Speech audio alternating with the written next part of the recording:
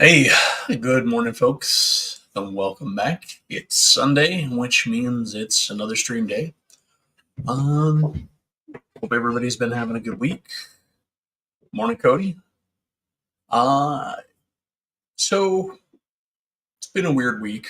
Um, uh, Folks been fighting something in the house most of the week. We've been having some back and forth weather, warm, cold, warm, cold.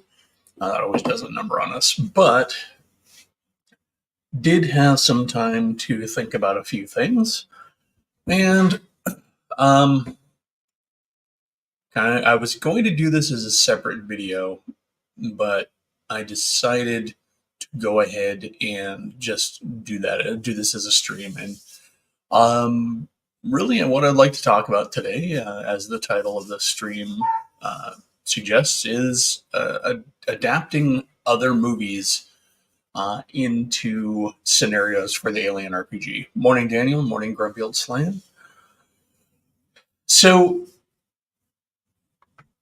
in the history of film, pretty much as long as there has been an Alien franchise, there have been movies that have been trying to capitalize off the imagery and the feel and just the general style of the first Alien movie. Now, a lot of these are done intentionally, and some of them have been done. Um, I guess I wouldn't say unintentionally, but not so intently. Um, Movies like Outland, which, as far as I'm concerned, takes place in the Alien universe, um, was specifically made by that studio to try and capitalize on Alien, and the popularity of the look and everything of Alien, down to pretty much copying it verbatim as far as the general appearance and style. Other movies do bring a lot of that in, I think, just by an appreciation of that the set design and costume design and stuff that was put forth in early movies like Alien. We see movies like 2010. If you look at 2010, as opposed to 2001, 2010 definitely takes a vibe from Alien, in my opinion, at least. I don't know if it was part of their design philosophy, but at a certain point, a style makes its way into the collective consciousness, and people are drawing off of it, whether or not they mean to, or not. And that was kind of a redundant statement, but whatever. So if you look at the interiors of Leonov, which is the ship in 2010, the Russian ship, it and their their costumes, as far as the uniforms that the crew are wearing on the ship, very much smacks of Alien, in that space truckery, grungy, workaday sort of a look. Whereas 2001 was very pristine, very austere, in its design. Everything was super clean, like clinically clean room clean. Uh, so now, how does that relate to RPGs for Alien, or scenarios for the Alien RPG? Uh, I think we can take a look at what other movies have done in regard to adapting stories into a science fiction setting, as well as the stylistic prompts that we get from those movies, and mishmash those together to come up with ideas for how to take a movie that you like, a film that you like, and turn it into a good, or at least the starting place for a scenario for Aliens. Some movies obviously are not going to fit. Some movies are going to take a lot of wiggle room, and maybe just the base premise or even just a kernel of that basic plot are going to be applicable to making it into an Alien scenario. And we're not going to get into the nuts and bolts of how you would turn it into a scenario, just sort of looking at movies and seeing how they could be adapted. I'll leave the mechanics and the grunt work to those folks who want to do it. I would say that I'm not familiar enough with the Free League Alien RPG yet to dive in and give an authoritative discussion on how to convert those things into their rules. Hey, Derek. Morning. Um, but I think that um, there's still a conversation to be had. And I have run an Aliens campaign in the past, just using a different game system. Not the leading edge, it was a homebrew system layered on top of the West End games, Star Wars D6 type of system. But I don't think you have to discuss mechanics to discuss how to adapt the stories. And so I do have a bit of a slideshow, for lack of a better term, to go along with things today. And so I'm going to pull that up here. I'm going to start with the three that jump out of my mind as being kind of already connected to the Alien universe, whether officially or just, through the mindset of a lot of fans. And some of these are just attached through Easter eggs and weird little tangential details, but they're still connected. All right, so we have Blade Runner and Soldier. Blade Runner and Soldier are both kind of set in the same universe through details that are mentioned in the dialogue. Now, how much of that is intentional? How much of that is just, the writers of Soldier stealing fun words from Blade Runner? I don't know. I am not a huge expert on this, but I do know that there's a connection. Outland is, like I was mentioning earlier, a studio trying to capitalize on the popularity of Alien. Now, I don't think it's any accident that Outland. I don't. Excuse me. Throat. If you look at Aliens Isolation or Alien Isolation, the computer game, I don't think it's an accident that the police that are on the station there are referred to as marshals. I don't think it's an accident that their costumes bear a pretty decent, pretty close resemblance to the marshals in Outland. I mean, they could have called them anything else.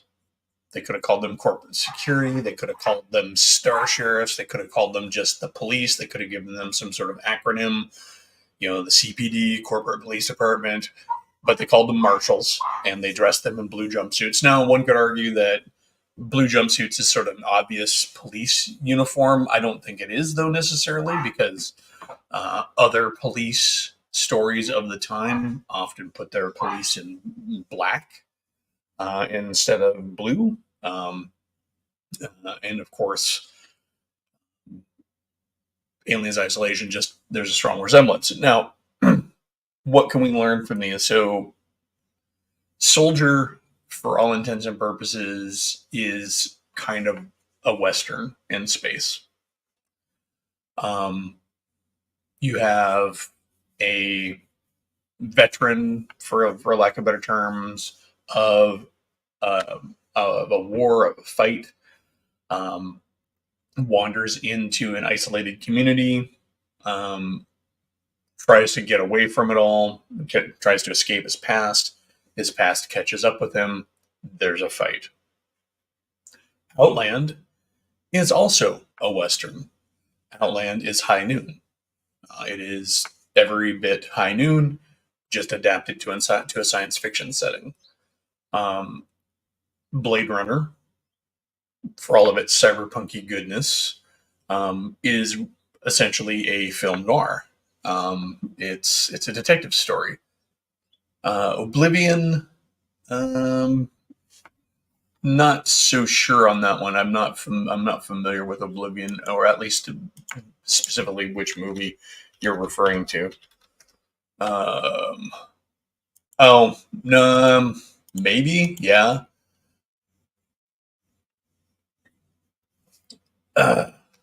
Oblivion is the You could adapt that to Alien, but I haven't really given it much thought. Um, so yeah, so there are cues here on how you could actually go into developing movies into scenarios for Alien. I think Outland and Soldier both show very much how you can take a western and turn them into a science fiction story. Now, how do we turn these into a story for the Alien universe? Well, first of all, we have to make a decision in any of these whether or not we're going to include xenomorphs or any of the other alien monstrosities, the classic alien monstrosities. Outland does not have a xenomorph. Soldier doesn't have a xenomorph. Blade Runner doesn't have a xenomorph. Um, hello, let's see, Mar Hoffman, excuse me. I'm a little scattered today, guys. Like I said, I've been a little under the weather most of the week. So, um, now if we look at these three, you could insert an alien into any of these, either as part of the direct storyline or as a complication. Also, any of these movies could be their main plot line could actually be the secondary plot line for an alien scenario involving a xenomorph. Imagine in Outland, for example, you've got this drama between the corporation and the sheriff, um, and then you insert like somehow on one of the somehow the corporation unearths by accident or intent an alien artifact, and then now you have potentially a xenomorph running around. Um, Soldier, he's dumped on this outside planet, and he connects with this local community, this isolated community, and then his past comes to find him, um, in the form of the new model soldiers, that replaced him. Now change that up. What if after coming to this world and befriending these people, becoming a part of the community, an alien xenomorph ends up on the planet? Maybe in a piece of the junk that's dropped on this junk world, there was an egg that went undetected. Um, Perhaps even a corporation does it on purpose. Oh, they'll never notice. They'll think it was just something that slipped in through the detritus. We'll just drop it on the planet. It'll inevitably infect the people on the planet, and then we can come and clean up and collect our prize. And so you can even have the end plot, the third act part of the original movie, but you can have there be another act after that initial, befriending the community, um, where there is a xenomorph menacing the people.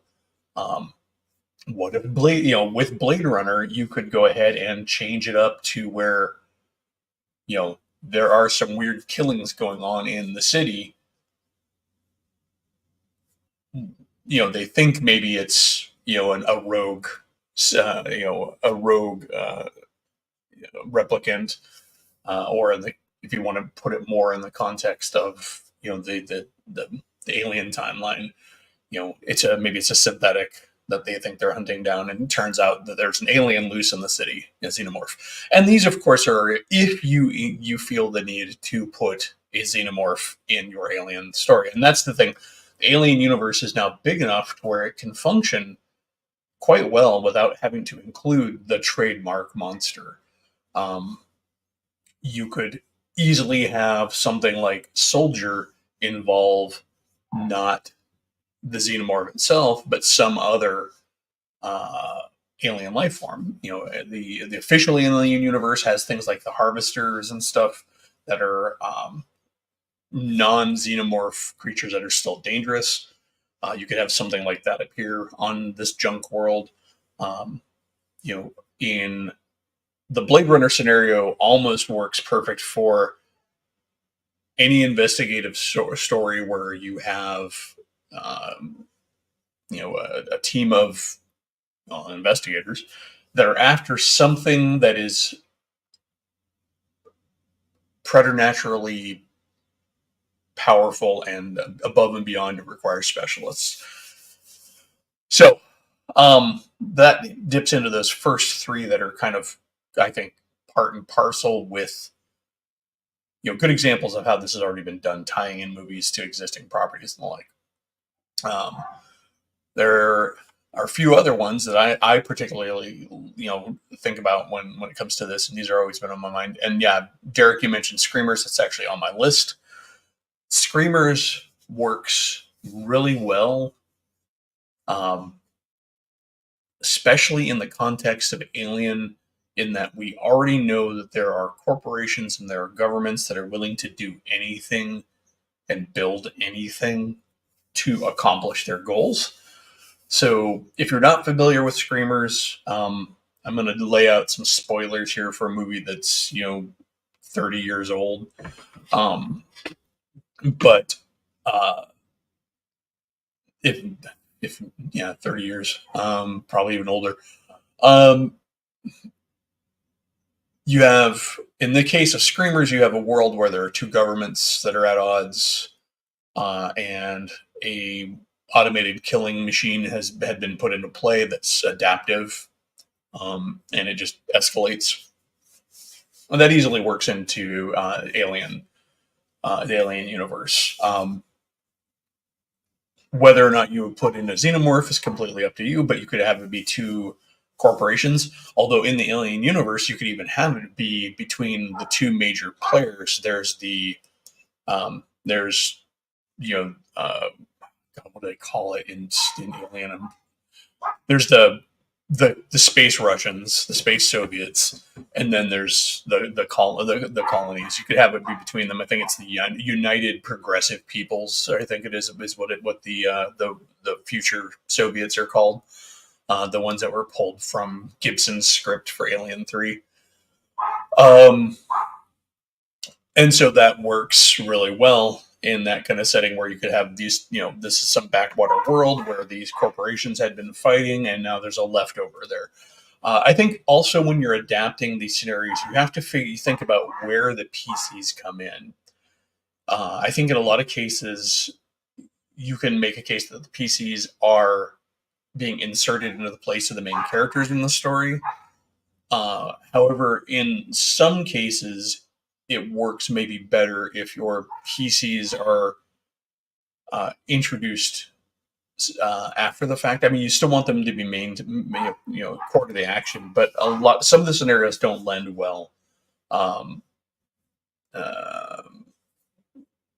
with the PCs being the main characters, especially if you're in the Alien universe, because a lot of times, I mean, how often are players going to be playing downtrodden, down and out colonists? I mean, there is a way to do that in the game, but I'm not sure how many players are going to want to play a colony-bound game beyond a one-shot cinematic type of a game. Now, in that case, you could have space truckers that are inserted into the middle of the scenario, star marshals that are inserted in the middle. A lot of it lends well to a colonial marine campaign. In the case of Screamers, for example, there's something going on both sides on this planet. Whichever government your marine characters are working for gets sent to the planet to deal with it, figure out what's going on. There you go. I'm going to take a real quick.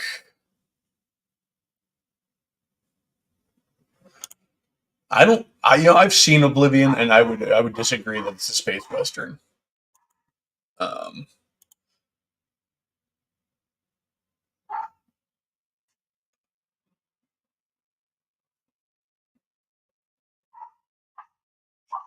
Yeah, Oblivion is just a little too. Oblivion, in my opinion, maybe a little too esoteric for an easy fit. Well, in the case of Oblivion, you wouldn't make it up. You would make it fit what is in the Alien universe. So the source material for the Alien universe gives you plenty of information, plenty of stuff to work with. that you could then dovetail you would want to dovetail your story into to make it uh, an alien scenario. So going on with this slide here, screamers, pretty easy. You've got space monsters in the form of adaptive machines that are out to kill everyone. Um, Honestly, it's kind of like aliens, but with machines. Um, Hardware. Um, Hardware is an interesting one. If you've not seen Hardware, it's a gem. I like it. It used to be a regular rental back in the 80s. Um, it's a cyberpunk story. Um, Also, I only recently learned that it is actually a story that is ripped off from 2000 AD, and in later production versions of it, later releases of it, it actually credits the 2000 AD story that it ripped off. But if you're not familiar with it, again, spoilers for a 30-plus-year-old movie. Um, Piece of junk gets found. It's part of an old robot. Turns out that part of an old robot is part of an old war robot. War robot goes on a rampage in a place where it really, that's really ill prepared to deal with it, and thus we have our action. This is another one that fits well into like a space truckers or colony setting, um, especially in the context of Alien. Like, let's say you really wanted to have like Alien xenomorph style action, but you did not want to put a xenomorph in. So what you end up having then is somewhere on some backwater planet or in a space Hulk where they may be doing some salvage work. They find a remnant of a robot. Nobody really understands what it is. They don't really. It's not immediately identified, but it looks like it could be valuable. And in the Alien universe, you could harken this back to this is a robot that was used in one of the conflicts in the past, or as an experimental model that was deemed too unstable, whatever. And then, of course, the space truckers or the colonists bring it home. They bring it back to their base. And like in the movie, it builds itself a new body out of the pieces of the material that it has around it, and then goes on a rampage. And then they have to hunt it down and kill it in their ship or their colony or whatever. So hardware lends really well and quite easily to an alien scenario. You just, again, want to find the base part of the action that you want to utilize, and then adapt it in there.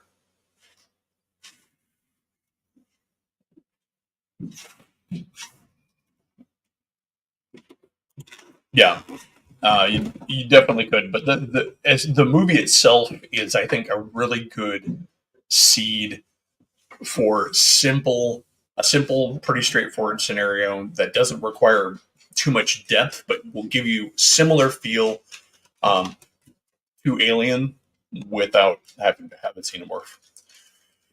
So Universal Soldier um, is one of those ones that falls in that category of you're not going to really have the PCs, not very likely to have the PCs in the role of the main characters. Universal Soldier it's an action piece with Jean-Claude Van Damme and Dolph Lundgren kind of going toe to toe as rejuvenated, revitalized super soldiers. Now, the concept of rejuvenated, revitalized, revived super soldiers, I believe, works really well for Alien. In fact, if you look at the costumes on the cover, it's very Alien-esque. You got the headgear, we got the jumpsuit, we got that gray, desaturated coloration. Where this, I think, works well for a scenario would be, for example, a great insert into a Colonial Marines campaign. If you were running an ongoing Colonial Marines campaign, and you had PCs or even NPCs that had died during the campaign, you could then have them show up again later on as these corporate created super soldiers that have been revived and reprogrammed from dead soldiers. I think that would be a very interesting seed um, for a scenario.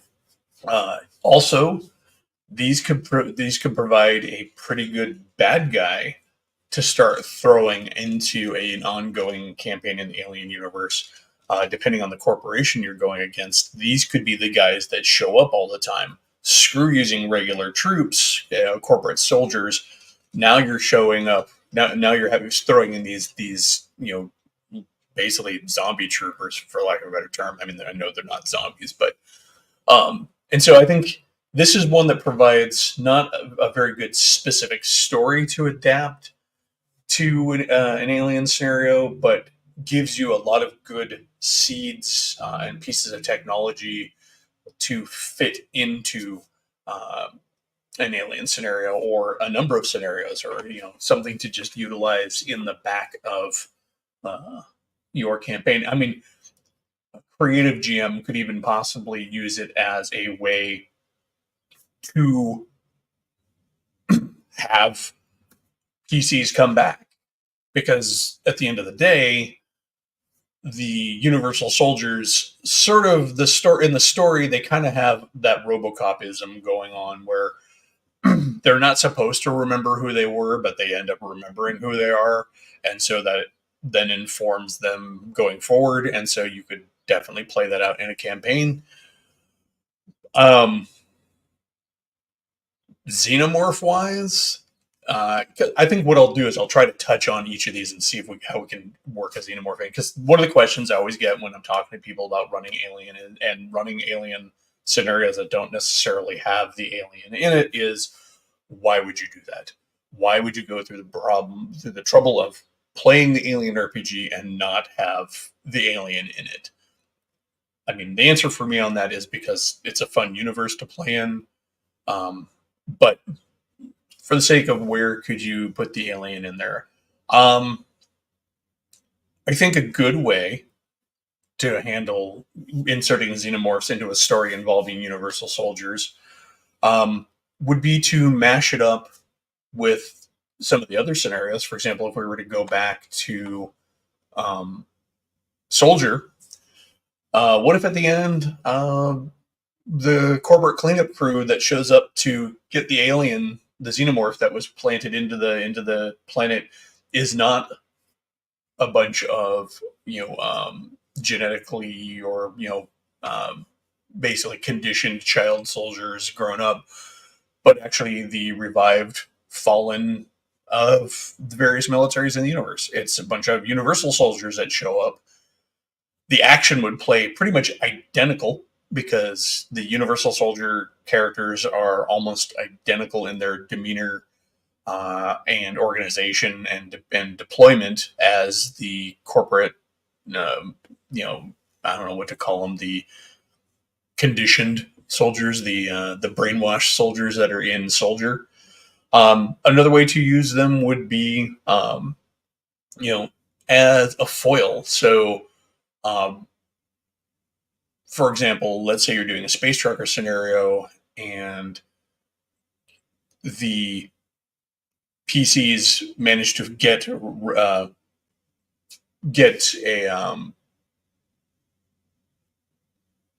rescue from the corporation.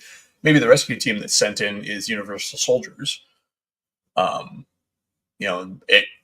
I mean, there could be all sorts of reasons that you could plug it into the alien universe for why they would use Universal Soldiers. Maybe because they are dead and revived, they don't trigger the xenomorphs in the same way that um, a normal human would, and therefore, they can go into the hives without necessarily triggering the eggs. Who knows? Maybe they're the new bugbuster technology in the alien universe. The thing is, like most of those stories, once the cavalry arrives, if you're relying on the cavalry to arrive, it's probably not going to go well and it's going to break down.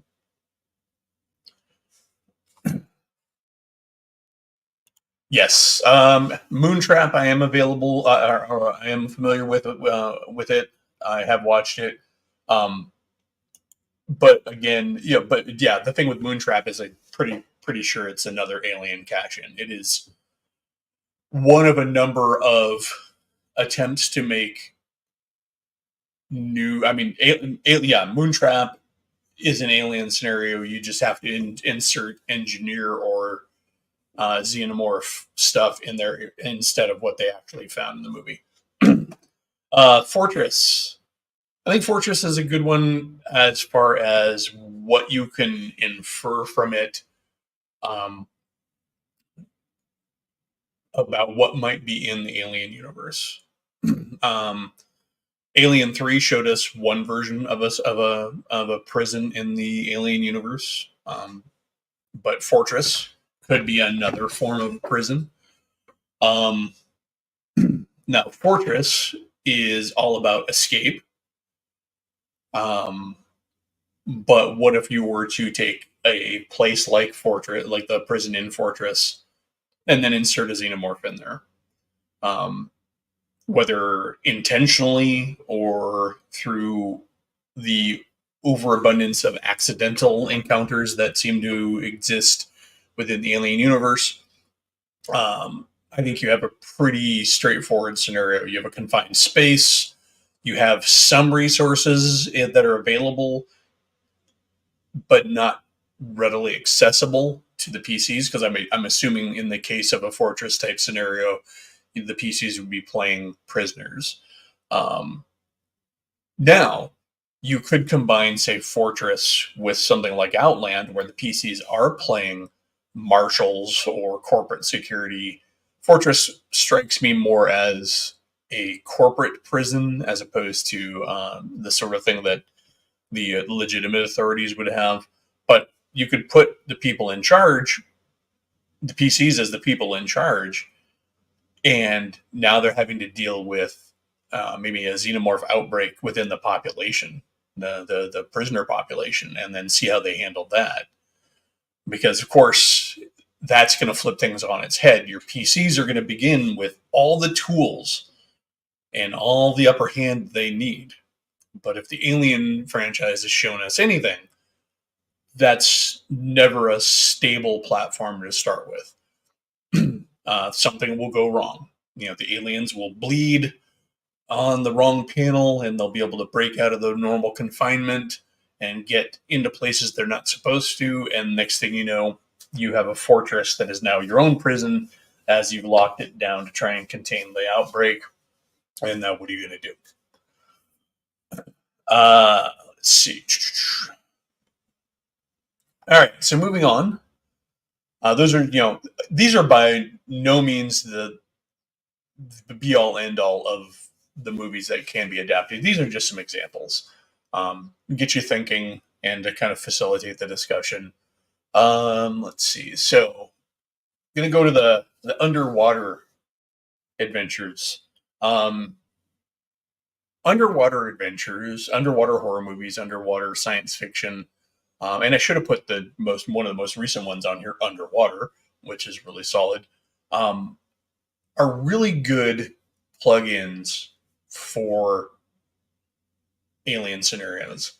The confines of the undersea environments very much either create the same situations that you would have with a spaceborne environment or can be easily transplanted into space, um, and have a similar effect.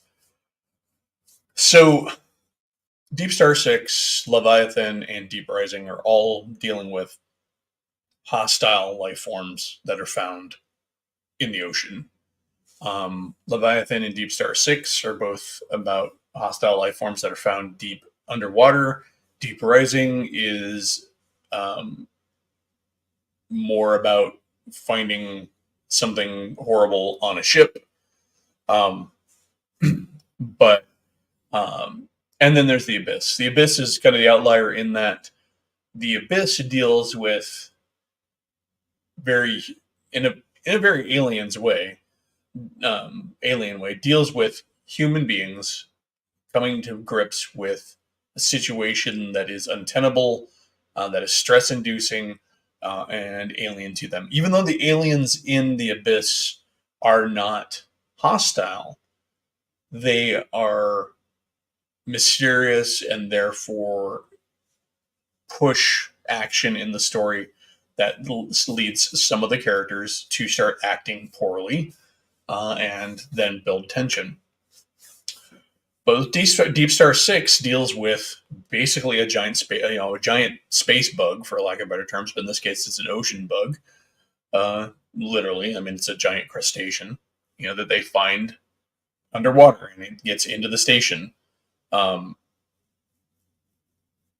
um, and so that is essentially aliens or alien, just with different environment. Now, you could keep the water environments easily enough because there are lots of worlds out there in the alien universe, and so possibly, you have these sort of corporate facilities on ocean planets or ocean moons, where they're trying to exploit the resources that are there, and there you go. Deep Star 6 is an interesting concept because in the whole premise of that is that they're down there setting up nuclear strike platforms. Um, Clearly, a byproduct of Cold War thinking in terms of plotting. Um, so rather than having a simple research facility down there, you have, um, you've got an ulterior motive set in place by a government, that in the case of that movie, but you could easily have that set in place by, say, a corporation in your scenario. And that's when like the alien stuff really always kicks off, and becomes good. Is I believe that part and parcel with a lot of the alien scenarios, to make it feel like Alien as opposed to some other science fiction, is there's usually this layering of, um, intense. For example, in the first Alien, we have space truckers who are diverted to check out a signal because they're contractually obligated. Um, However, there's that under layer of a very intentional corporate plot, corporate conspiracy against those space truckers for what they're what they're doing. Same thing with the Aliens movie. Um, yeah, I mean, you could definitely do that. For that matter, you could introduce the aliens from the abyss into the Alien universe as just another species. Um, I feel like the presence of the engineers in the background of Alien, whether you like Prometheus as a movie or not, and you really agree with all the engineer lore that they've built into it, it does create a nice space where we are left with room for multiple alien species, that are potentially out there. And the fact that they're not overt in some sort of weird Babylon 5, Star Wars, Star Trekky kind of a thing means that they're either isolated, secretive, or rare. But it doesn't mean that they can't come up now and again. Um, the the what am I talking about? Oh, so for example, not only is there room for other alien races, there's room for other creations of the engineers. Of course, the implication of Prometheus is that mankind was created by the engineers. So what else did they create? Um, However, um, Prometheus, and then what was the other one? Covenant. Um, Covenant implies there there were other things out there that the engineers were fighting because they were building weapons. And generally speaking, you don't build weapons unless you have somebody to fight. No, I mean, it could be you. It could be your own people, but there are possibly other people out there. So I think there's room in an Aliens RPG to have other alien things show up. The only thing that I would say needs to be maintained to keep it feeling like Alien and not another science fiction universe is that the aliens need to be unexplained, mysterious, rare, and never clearly defined. Um, Otherwise, you just end up with a crowded universe again. Uh, More, not so much lore dumps that were cut. Prometheus has a lot of information that was um, put into viral media that came out around it. It came out during that time when studios were thinking that one way they could capitalize on the internet fandom was to do a lot of viral stuff. They seed it out there on the internet and let people find it, right? And so what it produced, however, was situations where plot holes were created in the movie because they expected you to have everybody to have encountered these pieces of viral media. I think one of the earliest examples of this that I remember standing out is Cloverfield. There's a lot of background for Cloverfield that was never in the movie. It was released on the internet as little snippets here and there. That if you didn't catch them, you were missing pieces. Not so much with Cloverfield. Not so bad as Cloverfield. The end result wasn't quite as bad with Cloverfield because Cloverfield didn't hedge any of the important parts of the story because it's really less of a story and more of an experience for Cloverfield um, in that media. However, with Prometheus, even something as simple as why the crew were willing to just pull their helmets off on an alien planet, which seems like a really dumb idea, um, that is explained away by a piece of their viral media, which actually shows the details of a atmospheric probe that was sent to the planet that talks about how it basically had scrubbed the atmosphere, gone through the atmosphere, done readings on the atmosphere, found no hostile pathogens or anything like that. And so with that, we would have an understanding of why they thought it was okay to take their helmets off. I still think that would, even if that was revealed somewhere in the movie, you'd have to reveal it through dialogue or a discussion, in a briefing. But it was never done in the movie itself. It was left to that viral media. Anyways, so one nice thing about three of these movies, Deep Rising, really not so much, but Leviathan, Deep Star Six, and The Abyss, all have that James Cameron esque interior styling that goes with that alien vibe. That the original, Dan O'Bannon, kind of, gritty, lived in, universe.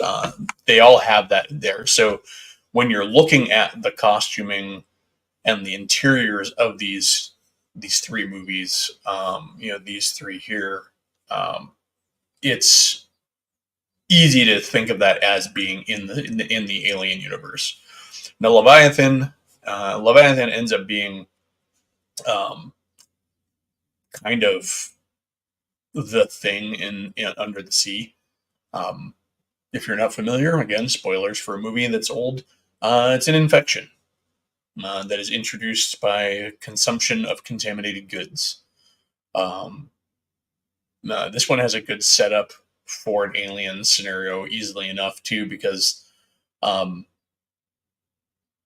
I mean, honestly, directly translates. So Leviathan, you have undersea exploration team finds an old Russian submarine, goes on to Russian submarine, finds signs of something horrible happening, recovers some stuff from the submarine, amongst which is some vodka. They drink the vodka. The vodka is infected. They get the virus in them. Then comic clarity ensues. Now you could turn this into into an alien universe scenario simply by having the black goo contamination, and that's all you need. Change it from under the water to in space, finding a space Hulk out there.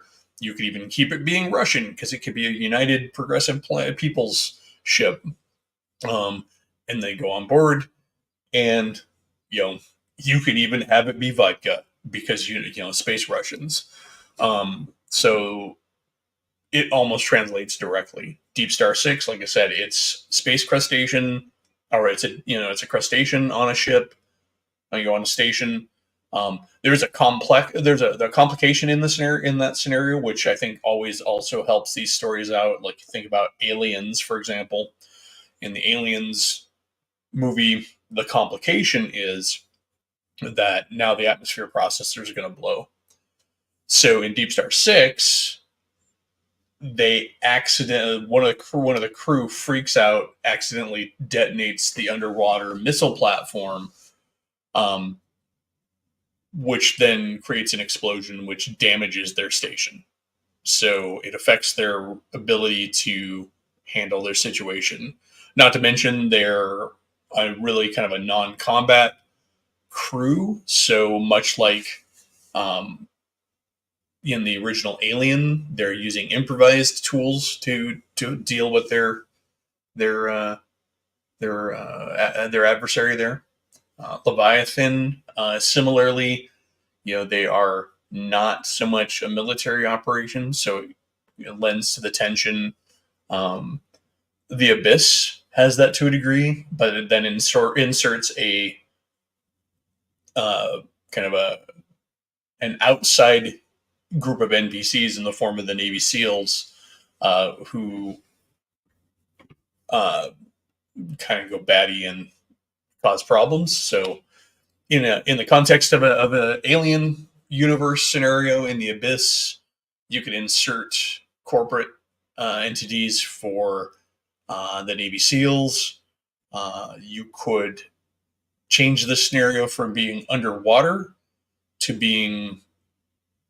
You could keep any of these could be kept as underwater, but you could turn any of them also could be turned into space.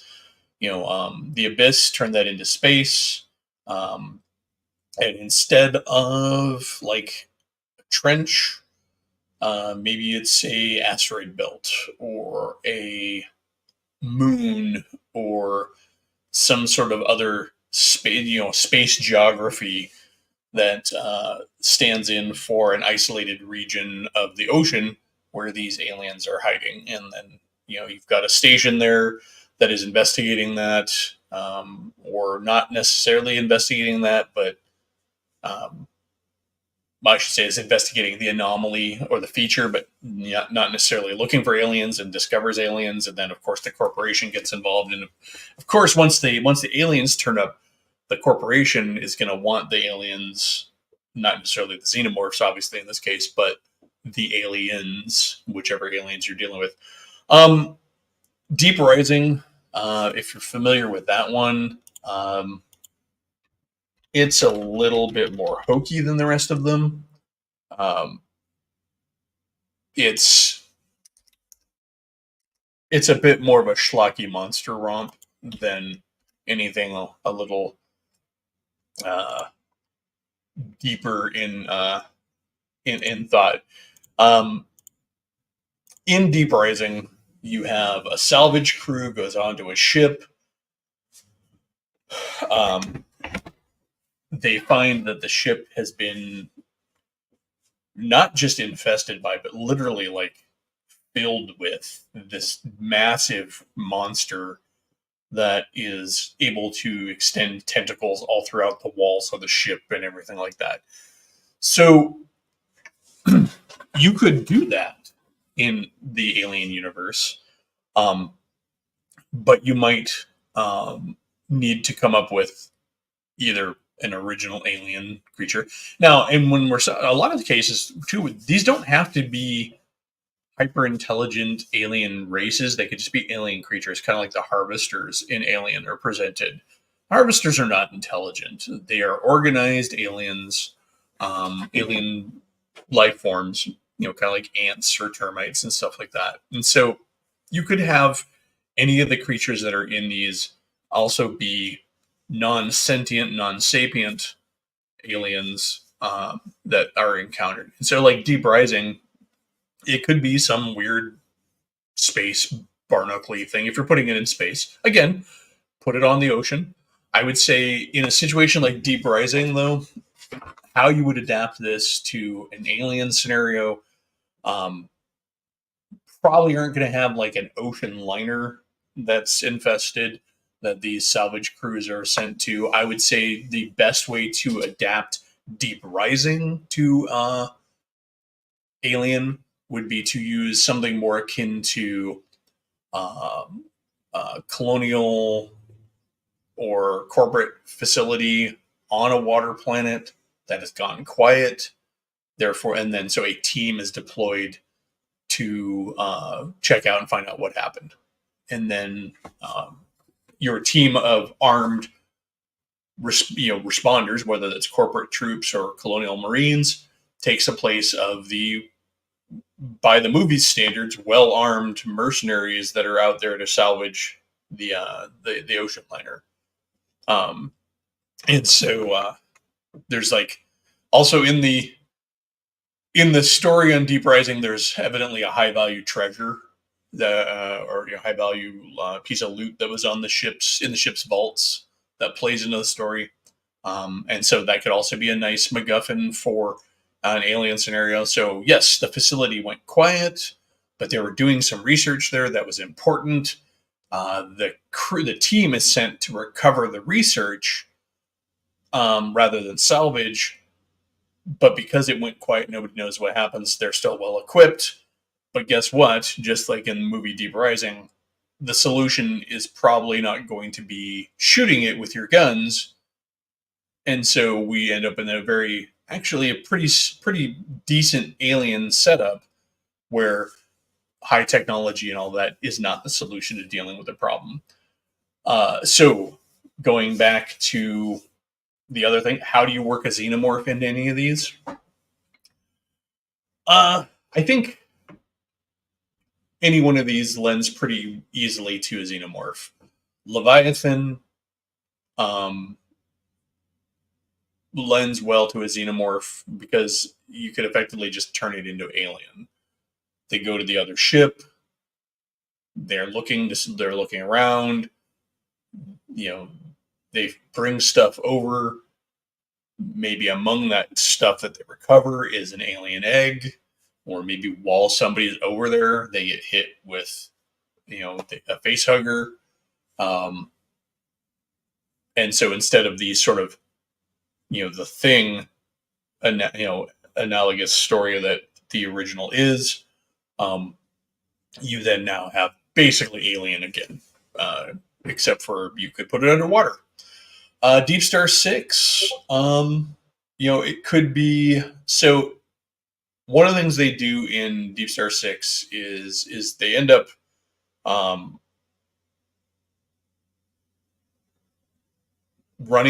they encounter something from a cavern that they breach.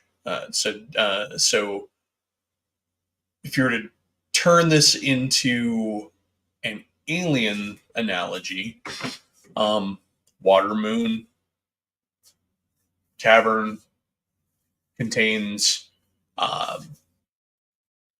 xenomorphs that are adapted to the water, and then they get into the station, and next thing you know, you've got an alien type scenario again.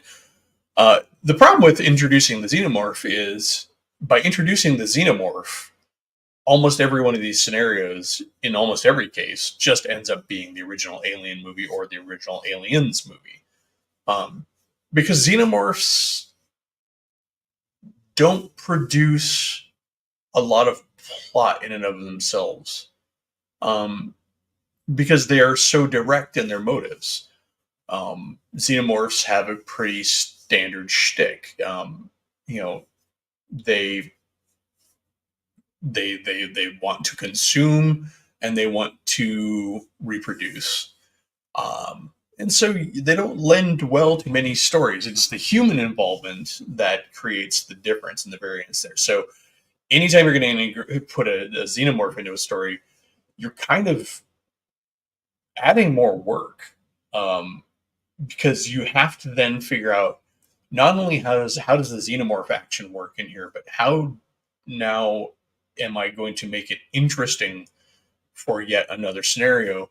What's the human equation here? Um, Now, the same thing about that. Same thing could be said about using other aliens, other life forms besides the xenomorph itself. But I feel like when you're introducing other life forms, while you still have the opportunity to use the human equation and the human storyline, the human plot line along with that, you are not going to have to wrestle as much with the expectations of the players who are like, yay, it's another xenomorph. I know how this works. So you can spend a little bit more time having your story revolve around the creature itself. I guess the example there would be watching the first Alien movie where we don't know anything about the xenomorph and we get to experience it all fresh and new along with the crew. And then we get to the Aliens movie and we know how everything works with the aliens. The only difference now is that we see them in greater numbers, and then we get introduced to the alien queen. The basics of the aliens, however, are of the xenomorphs, and there are the same. They have acid for blood.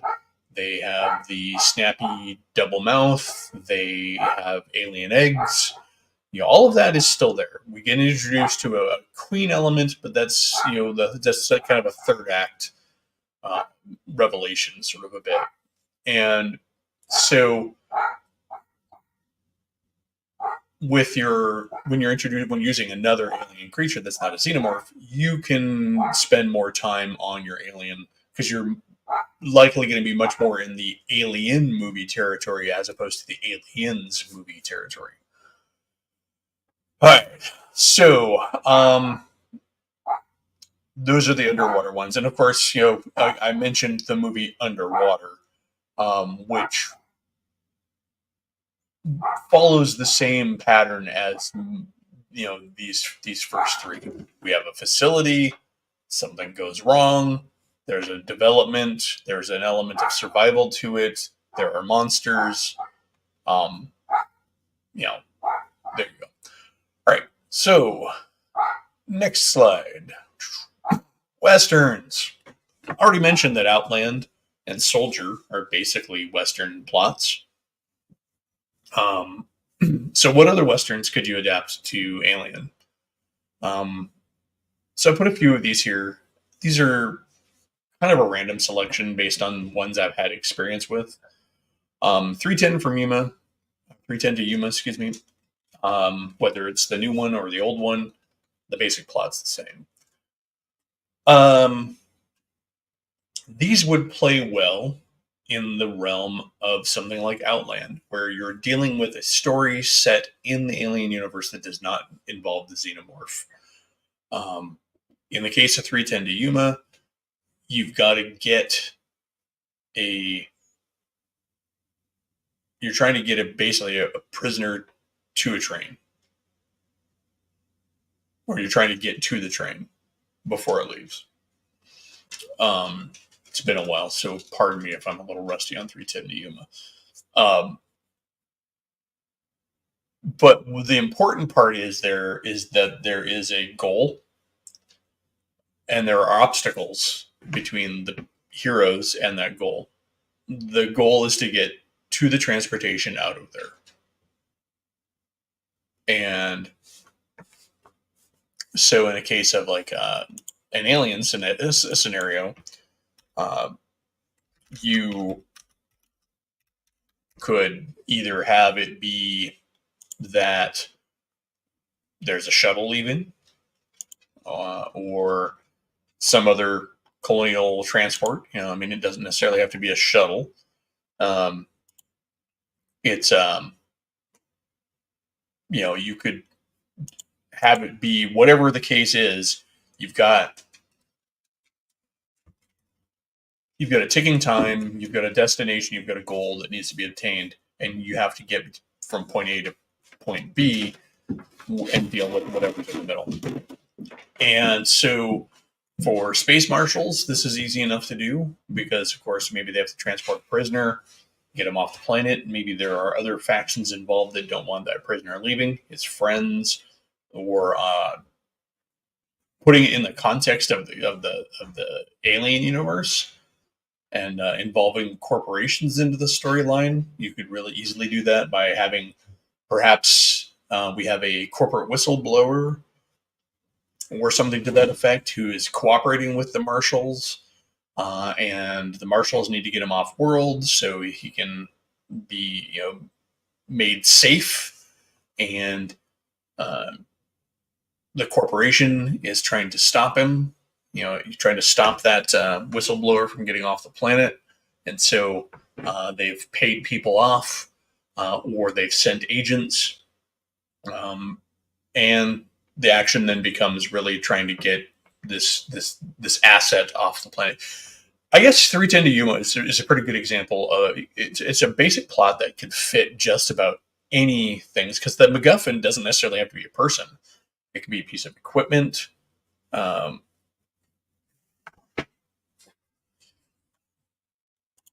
Yeah, this is also a thing that could happen.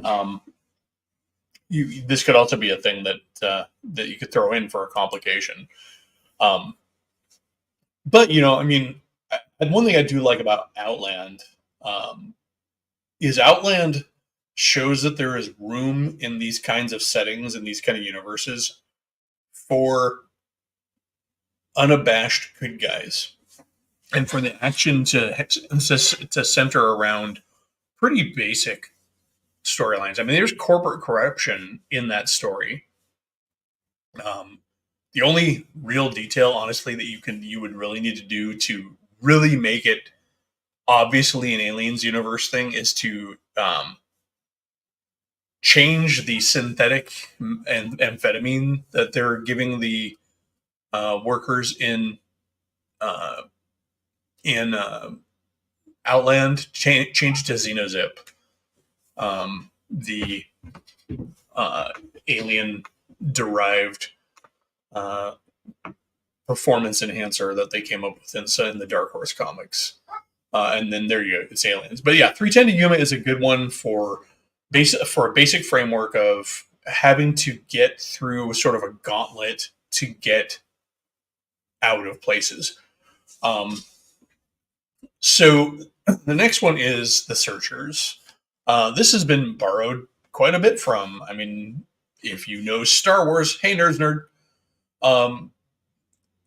Parts of Star Wars are from The Searchers.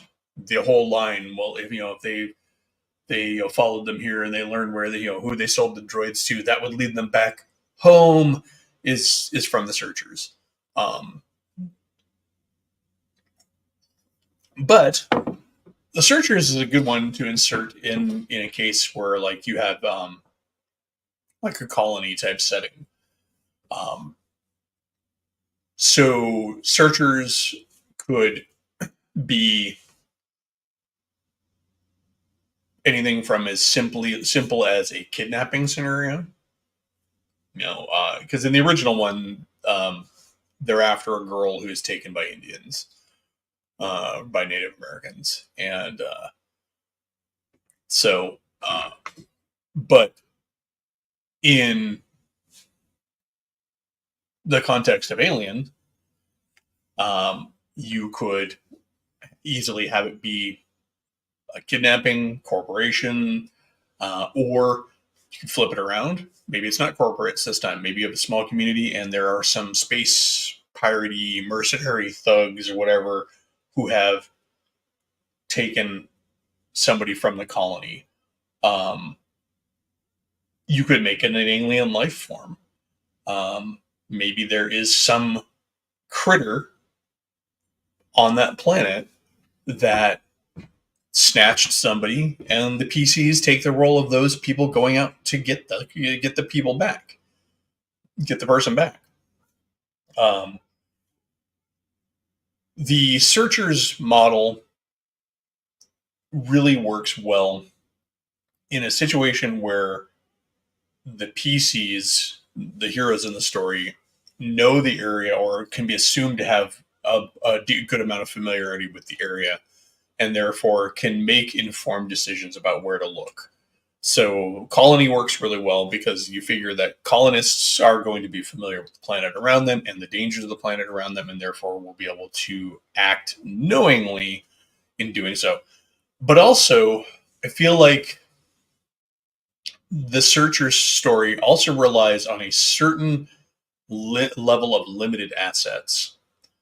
If you were to say send in a corporate team or colonial marine team or whatever, the amount of resources available to them would probably be far too high to make it much of a challenge. Now, you could, of course, use the typical alien subversion of that assumption in that, okay, we've got all this tech, we should be a cakewalk. Guess what? Things went wrong. But that can get a little cliched at times. So, again, searchers worked well for like colonies because colonists are going to have vehicles, sure. They might have some bikes or some runabouts or little tractors or something they can cruise around in. Um, they might have some limited weapons, but not a lot. And so they're going to have to go ahead and, obviously they're going to have to, work with what they have. All right. Fistful of Dollars. This is a weird one. And I threw this in here only because most people know it. And I have to admit, I actually had to read up on it again because I kind of had forgot the plot of this one because so many of Clint Eastwood's movies just sort of blend together in my brain. I mean, I haven't watched a lot of them since I was a kid. Um, before I go into that, I'm going to answer a couple ones here, though. So let's see. I thought about putting this one up there, actually, Slan. Magnificent Seven, Seven Samurai. Uh,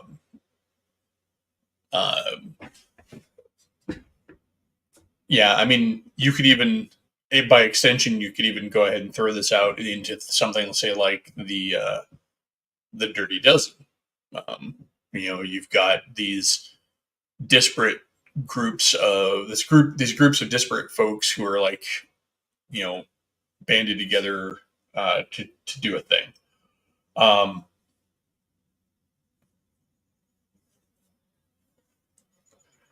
And I think so. I think one thing with the because I had this exact thought, like the colony getting help to deal with xenomorphs.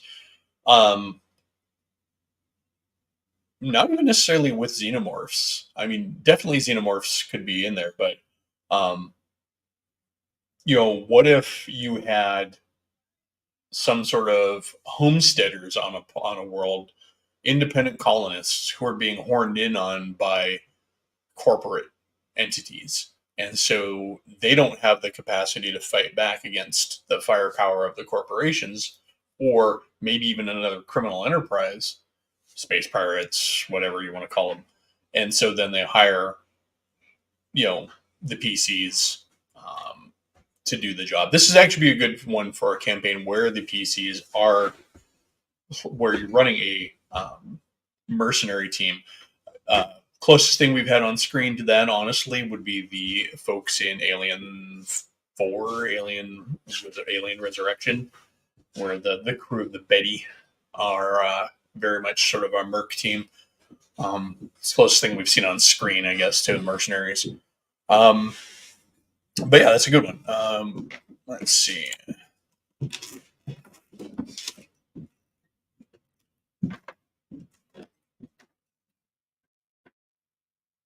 Yeah, I mean, you could adapt. Again, I think that you can adapt any story. It just depends on how much work you're going to do. So Fistful of Dollars is a hard one to actually turn into a scenario, and I thought about changing it out, and when I realized that I had misremembered the plot, but I decided to keep it in here just to show an imperfect concept, I guess. Because Fistful of Dollars, yeah, and pardon me, because I had just went back and reread the synopsis, because like I said, I had it confused with other Clint Eastwood westerns, where he's dressed the same, acts the same, whatever. Um, there's not a lot to work with there. It's you got a guy who's basically playing two sides of a conflict off of one another for his own gain, and then takes revenge when they catch up with him. It's weirdly weird, but I don't. You can work that into a scenario for Alien. You'd just be really hard pressed. I think this would maybe fit into that mercenary category. Again, maybe you have a team of mercenaries who comes into a situation where they see an opportunity to capitalize, to benefit themselves by playing two factions off of one another. Meanwhile, they're trying to pull a fast one.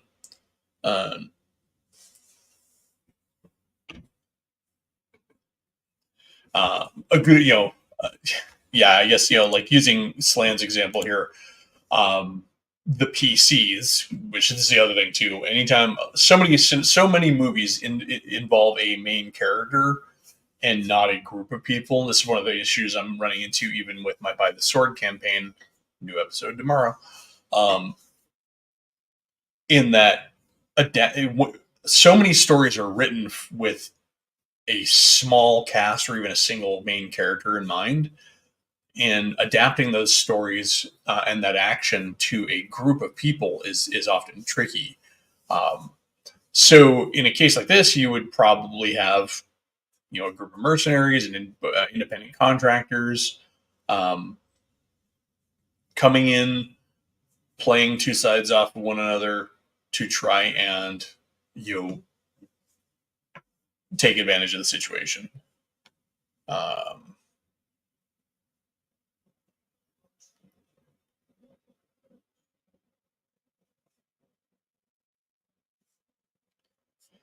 yeah. Um, so this is one of the problems with Star Trek RPGs in general, as an aside here. So episodes can write around characters. They can write them out of the episodes. They can write parts in that deal that apply to all characters. But most importantly, what they can do is they can get rid of characters who are extraneous to the story and just have them do a little bit. I mean, how many episodes of Star Trek do you see many where members of the main crew don't do much more than their regular routine operations? Um, Meanwhile, there are a couple of the other characters in the episode that are doing most of the action. This doesn't lend well to RPGs because, of course, everybody wants to be involved. And so, what are you supposed to do? Write a couple of players out of the scenario, or have a couple of players sitting off to the side doing nothing while the rest of the party is doing all the main action? Um, so, this limits the sorts of stories you can tell a lot of times because you have to make sure you have a place for all the characters. And I've been told um, that well, make up write in a thing for them to do. I'm like, well, not every storyline involves that. Um, I feel like Star Trek. That said, the model of Star Trek actually lends itself really well to an open table where you may not necessarily have all players available all the time. And if you're running shorter form adventures, okay, the only players that showed up today are the Picard and Worf player. So in this episode, they will be in a shuttle returning from a conference, and something bad happens, and the whole story is those two trapped on a planet. Um, let's see.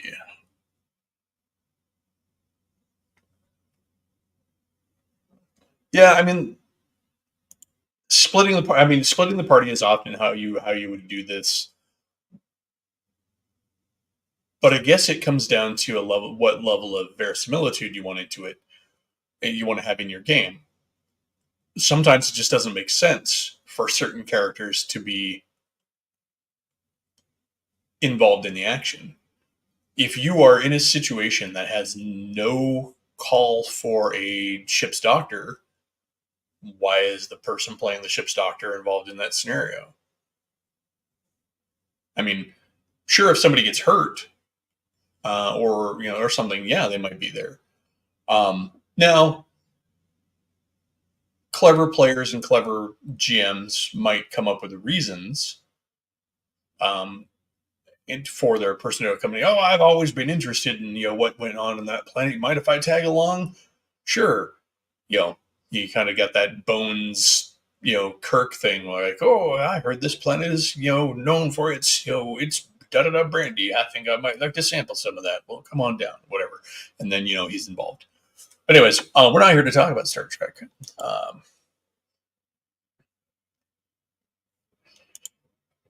yeah, this is what I was saying. That open table element, um, especially if in the context of Star Trek, if you can get people to accept that episodic play, um, where the order of events is not important, you could easily pause the story. Like let's say you had a scenario that you're running and it's not done, but then three of your players can't show up and you only have two of them show up. You could pause the main story and do another episode that is sort of anecdotal and doesn't have any contextual relevance to the rest of the campaign. Um, and that really works well. It's a good way to keep the game going and to build texture because then, you know, after you then get back into when you finish that scenario that should have technically taken place before, or to be honest, the little side scenario using the example I used where Picard and Worf get they crash in a shuttle somewhere, that could have happened anywhere in the timeline of your campaign. So whether or not they have it to reference before or after the interrupted longer scenario is finished is irrelevant. Um,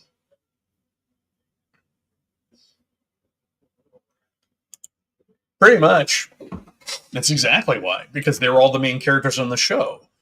Um, so the last one on my list here is Tombstone, and Tombstone. Kind of getting back to the thing, and then I'll kind of open up the floor in the last like 30 minutes of the episode to like bounce off your ideas. Tombstone's a good one. I think for a non-xenomorph setting in the Aliens universe, you have a group of hopefuls with a past who come to a community to try and settle down, try and leave their past behind. This is perhaps something to insert into a campaign, um, or do as a one shot. I mean, a lot of these could be easily done, more easily done as one shots. But in Tombstone, it could be a group of ex-Marines. Maybe we're all out. We all made a pact that we were gonna, when we were done, we were gonna go ahead and settle down somewhere. And so here we are. So all the characters are ex-Marines. Um, would be that you're all a bunch of colonists that are coming to an existing colony and trying to carve a place out. But now you find out that this colony has a faction of bad actors, whether not necessarily a bandit gang, but maybe there's a particularly rough element of mining union guys or something like that just or it could be that maybe the colony's security forces are a little totalitarian and now you have to deal with it. um, this is one of those ones where if you do introduce a xenomorph, it's probably going to be as a complication and not as the main plot. I think xenomorphs as a foil for the main action ends up being kind of a cool way of running things. So those are just a quick sampling of movies that I think could lend well to being turned into scenarios for Alien.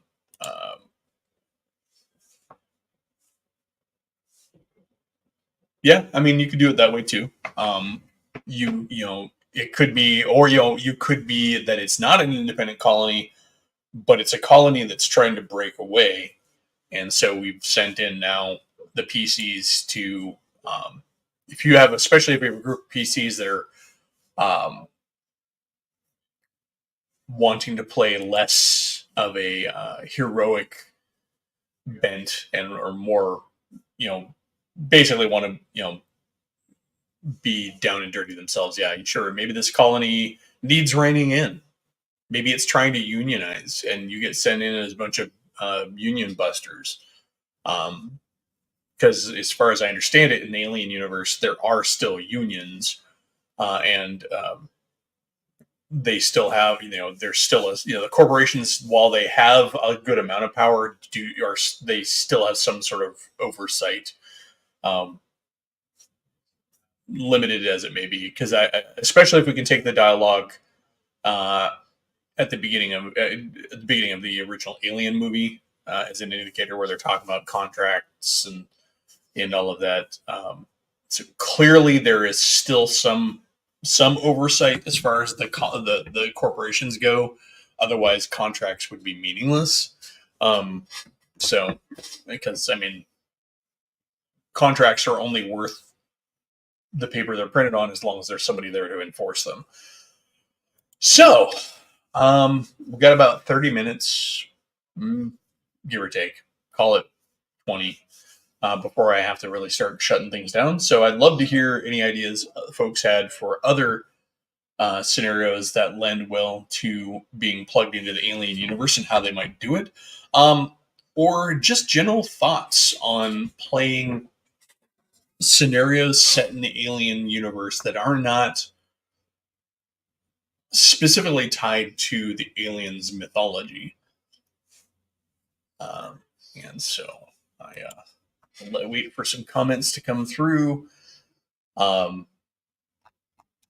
see, I'm trying to think of any others that come off the... I think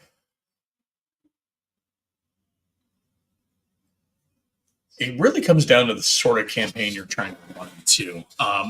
Another one that things like, I know back in the day, I had based one scenario on Runaway, the movie Runaway. I think any movie that involves escaped technology is a good scenario for a good bit to be used for Alien, because it gives you a MacGuffin. And role-playing scenarios work well with MacGuffins. Some reason for the PCs to be doing what they're doing.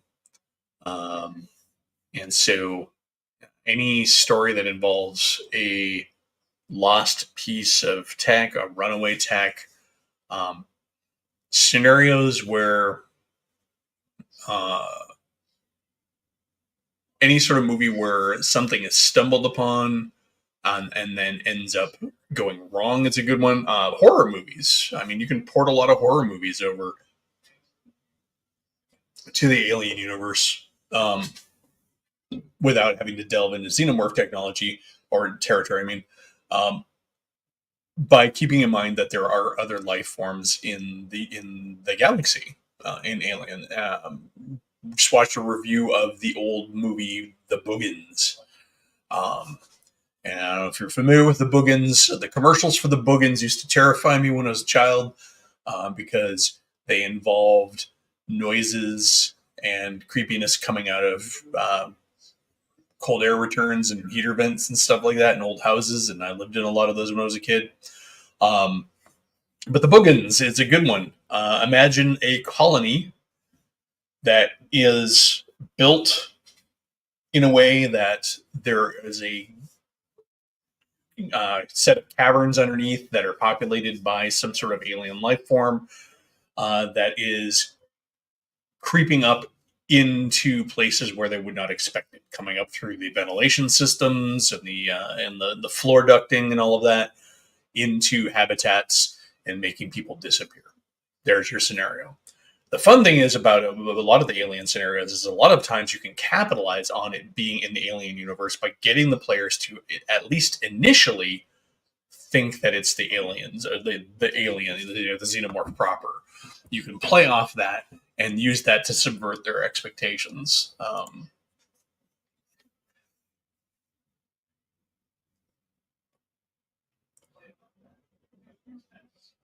So Forbidden Planet, you could also flip that around and use it to where um, human scientists find an old engineer facility, start tinkering around with it, and end up creating intentionally or accidentally or releasing something that was there. Instead of the id monster, you have maybe a real monster. Um, you know, more of an actual physical monster. But who's to say that the engineers, the sum total of their research was the xenomorph proper? Maybe it's something big and nasty. Maybe it's something that can conceal itself, predator style, and so you have an invisible monster that is not an id monster. I mean, you could play with the whole psionic thing. I know in my back in the day, I wrote rules for espers, ESPers for Alien in a very James Cameron-y, gritty sort of way. Low level psionics that could had sensory perception, limited empathic and telepathic abilities. Nothing telekinetic or anything like that. At least on the surface, that had implants in their heads that actually had a little LED that lit up when they were using their abilities. So they were basically regulated, and so they couldn't hide that they were using their abilities. And so we actually had an Esper join, like in about one or two scenarios before my original campaign ended. They ended up having a Colonial Marine Corps Esper attached to their team, basically a secret, special ops kind of a guy assigned to their team who was an Esper as an NPC, and then that Esper also had a handler that was put in there. It was kind of an interesting one. Uh,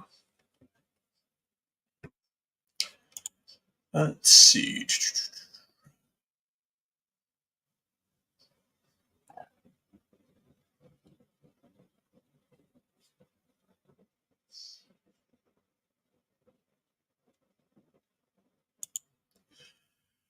To be fair, I don't know exactly what they're trying to say in those movies because they're hot. They're a hot mess. Prometheus and Covenant, they kind of destroy to a great degree the alien universe for me. Prometheus seems to indicate that they were making something and it got away from them, but they weren't actually making xenomorphs. They the holographic playback shows the engineers freaking out. And we have the piled up dead and all of that. So it very much seems like they just had a contagion outbreak. Um, the black goo that they find is kept in stasis. It seems like, and so it's not doing anything. So we don't know what their intent was based on Prometheus. And then the creation of the xenomorphs. Uh, the creation of the xenomorphs in Covenant indicates that they were guided by stupid android dude. Um, so I don't know.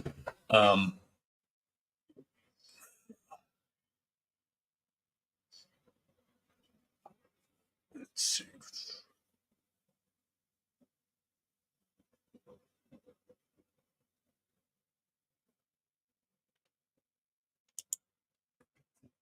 Isn't the deacon the creature that? Anyways, I'll have to go back and watch it, but I'm not. Yeah, I'm not really here to discuss it. Discuss that so much because I don't like those movies. Um, they were entertaining to watch, but I feel they do more harm than good when it comes to the Alien universe. Um, I I don't know what Ridley. I'm going to bitch about it right now. Okay, I don't know what Ridley Scott was doing. He already had a franchise in which he could explore the existence and nature of androids, and for whatever reason, he decided that that wasn't good enough for Blade Runner. He had to mix his Blade Runner chocolate into his Aliens peanut butter, and unfortunately, it did not make something that was delicious like Reese's. So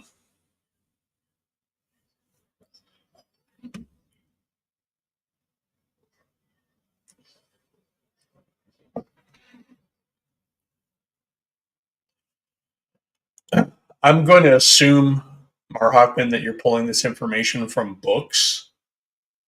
In which case, it's kind of irrelevant because the book canon is not canon as far as I understand, and it falls into that category of uh, esoteria that doesn't really hold up to uh, the main canon as most people know it and understand it. Because unless you're deep consuming, you're never going to understand. It'd be like if I was to start pulling stuff out from the old Dark Horse comics.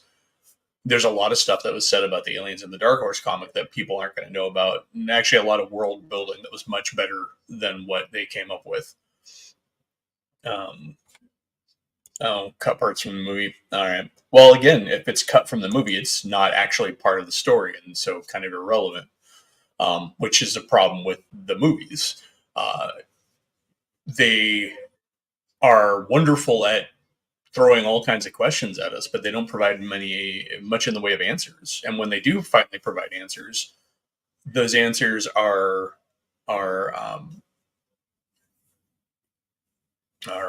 circumvented or by later plot developments. Um, Also, they destroy the mystique of the alien. Having them be made by David was stupid. I'm sorry, just having it end up that the android made them, and everything that we've seen in the future of the alien universe is the byproduct of the android tampering with stuff. It makes them less interesting. The cosmic horror of them is destroyed.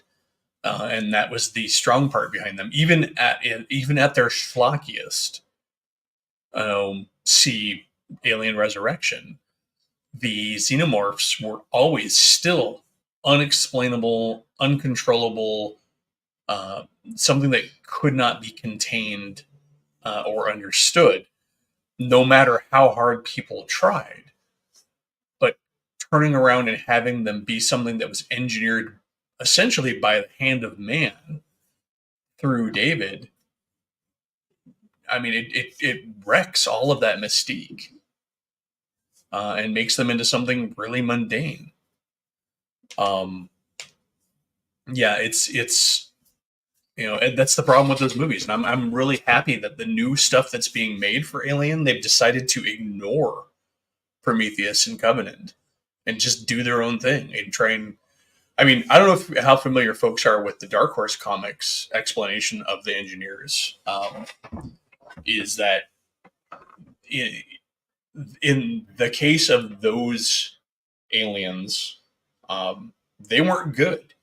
When they show up, they save the characters. They save like Ripley and Newt and stuff.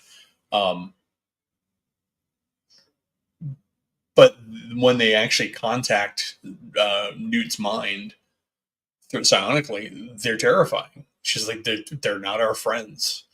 They they might be worse than the xenomorphs.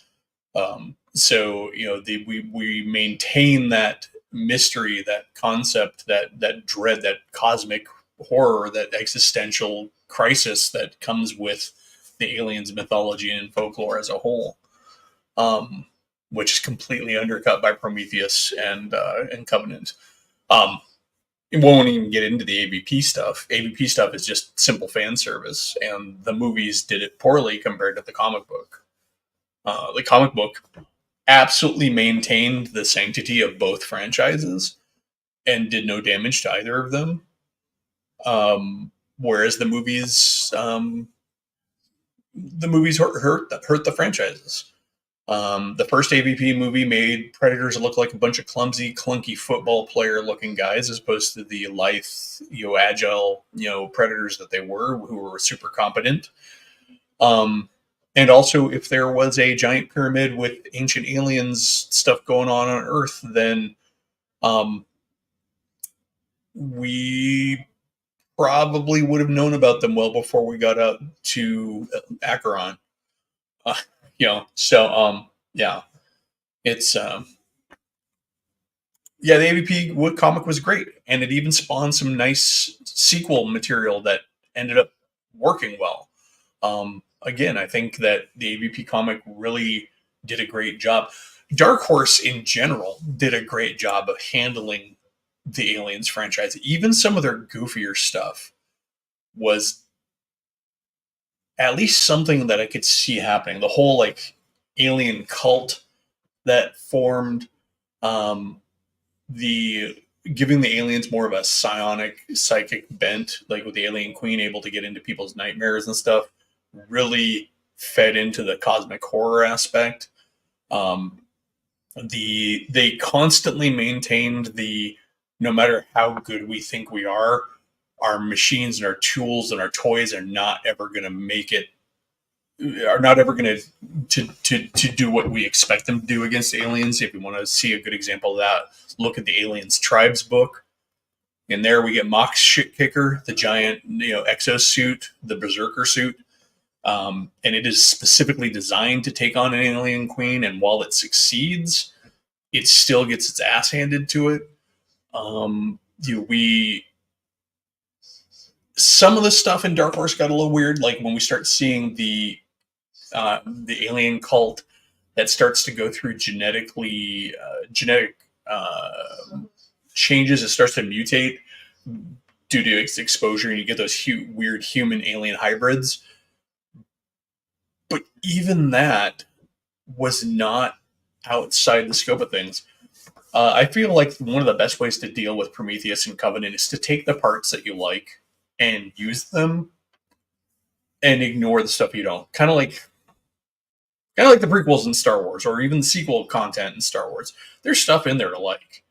There's material in there to like, and you can definitely borrow from it and use it. But I feel like with Covenant and Prometheus, you kind of have to pick and choose what you're going to use in there.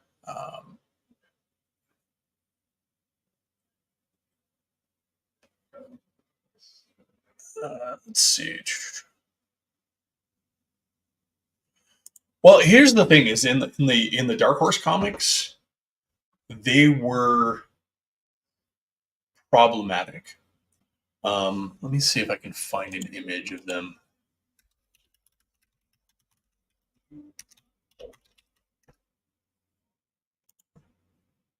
Um,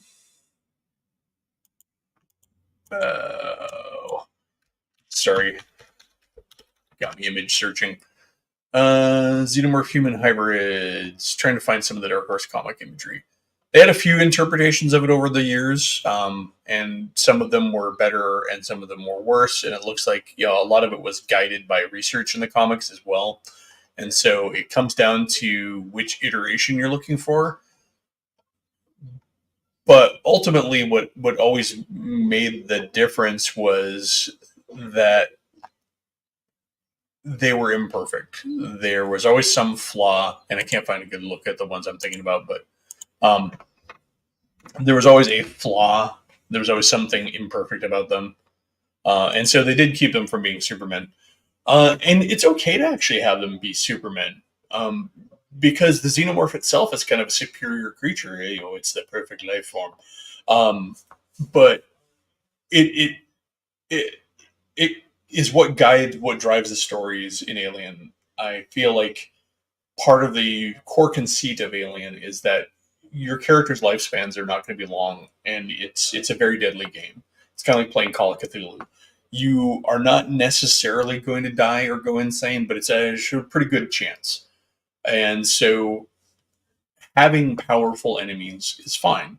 I would say if you're going to have a more functional, a higher end alien human hybrid, then it needs to be singular. And in most of the comics where they appeared and they were actually pretty capable, they were singular creatures.